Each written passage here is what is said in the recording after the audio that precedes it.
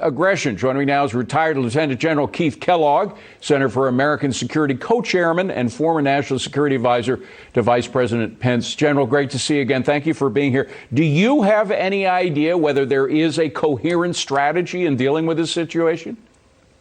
Well, first of all, David, thanks for having me. The quick answer is no. I don't think they've thought their way through it. I really don't. You know, when he makes comments like that, he's kind of showing his soul.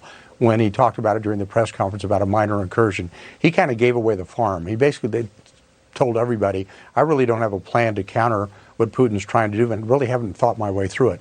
Look, the big day is going to be Friday. Friday is the day that we are supposed to respond in writing to demands that Lavrov, Foreign Minister Lavrov of Russia, gave to Secretary of State Blinken a week ago. And he put it in the form of a recommended treaty. And the most important part of that is going to be the fourth article in that document, which says no more eastward movement of NATO. And that means no NATO engagement with Ukraine. And so he's kind of said this is going to be the key point. That's going to be the sticking point. I think if we say, you know, forget it, we're not even going to talk about that, I think this is going to cause him to really think hard, he being Putin, about coming south into Ukraine and cutting about 1/3 of that country off. Because right now, and you know, we could finesse it if we wanted to, David. We could say, look, Ukraine's not going to become part of NATO because, frankly, they're probably one of the most corrupt nations in the world, or in the bottom third of nations, and the only other more corrupt nation in Europe happens to be Russia. But we're going to have to finesse it.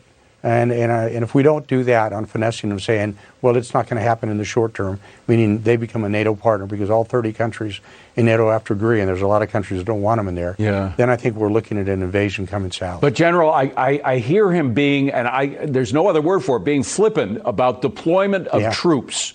And with no specificity about where, how many, and the most important thing, what their mission would be. I mean, you send troops in without a clear mission, and you're in trouble, right? Yeah. Well, he passed the buck. You know, when they had these, when you had your spokesman from the Pentagon saying, well, we're going to leave it up to NATO to determine the mission with the reaction force of NATO. I mean, I heard that. I said, what? That means we really haven't even thought this out. And they haven't told us the type of units. They've made this general comment. Well, they're medical units or the logistics units. What kind of combat units are willing to send into NATO to reinforce? And where exactly are you going to put these forces? You notice we haven't said any of that. It's kind of a finesse move, and that just is telling me they really don't know what they're doing. Well, and if you deploy, General, if you do, I'm speaking to the converted. I mean, you know a lot more about this than I do. But when you put troops in, when you deploy troops without a mission, don't they just become cannon fodder? I mean, they need a clear mission before they go in, which, by the way, includes an exit. I haven't even heard the entrance, but I'm hearing, nevertheless, this vague talk about deployments. Yeah, I think this is just, that's all it is, David, is talk. He's trying to do, he meaning President Biden, is trying to do something. So it sounds good when you send troops. But you're right, there's no mission for them. What are they going to do? And Putin's not listening to that. No. He knows that doesn't mean anything. It's really a hollow gesture on the part of the president. He knows it, you know it, I know it, and more importantly, Putin knows it as well. Well, and there's certain things that Putin has heard, and he is listening. He's listening, and his people are listening, and they are hearing things. And one of those things they heard was that phrase, minor incursion. It's, basically the President Biden saying if it's just a minor incursion, the sanctions won't be that bad, et cetera. Then his aides, Jen Psaki and others, tried to walk that back.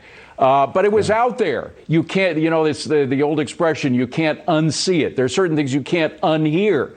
And Putin's not going to unhear that phrase, is he? No. Look, if you pull out a map of Ukraine, I can give you the minor incursion. If you look at the map of Ukraine and you look at what's called the Dnieper River, that's the eastern part of Ukraine. This minor incursion, if he comes in, that's the minor incursion. He's going to take the eastern 1/3 of Ukraine, which has got a boundary of the Dnieper River, and it makes a lot of sense to me because that is really where the Russian-speaking part of Ukraine is. If that's what he wants to do, that's what he's going to do. I think there's a chance we can come to some type of solution with him, but I wouldn't put a lot of money on it. I think in the near term, he really wants to come forward. And when he does that, David, I really think it's going to start to break apart NATO. Wouldn't he also, though, we only have about 20 seconds, wouldn't he also be interested in getting the capital, in getting the seat of government? As you suggest, there are problems with corruption, there are problems with whether they have control over their own forces, et cetera. Isn't it something that you think Putin would like to have, like to be able to control that country from the capital itself? Yeah, he might want to do it, but that's almost it's too hard to do. When you start to occupy cities, armies don't want to go into cities. You know, I remember that we went into Baghdad. That's really hard to do. Yeah. Stay out of your cities the best you can. But he doesn't necessarily have to occupy it. I mean, he can right. always put a proxy in. It's happened before in the Ukraine, hasn't it? Yeah. Well, I think that part's very true, David. He can do that. And that's in probability what he would do. And there's a lot of proxies you can turn to. Even Poroshenko is back in there right now. So the probability of that is there. It can happen, yes. What a mess. General Kellogg, thank you very much, General. Appreciate it. Thanks very much. Well, stunning.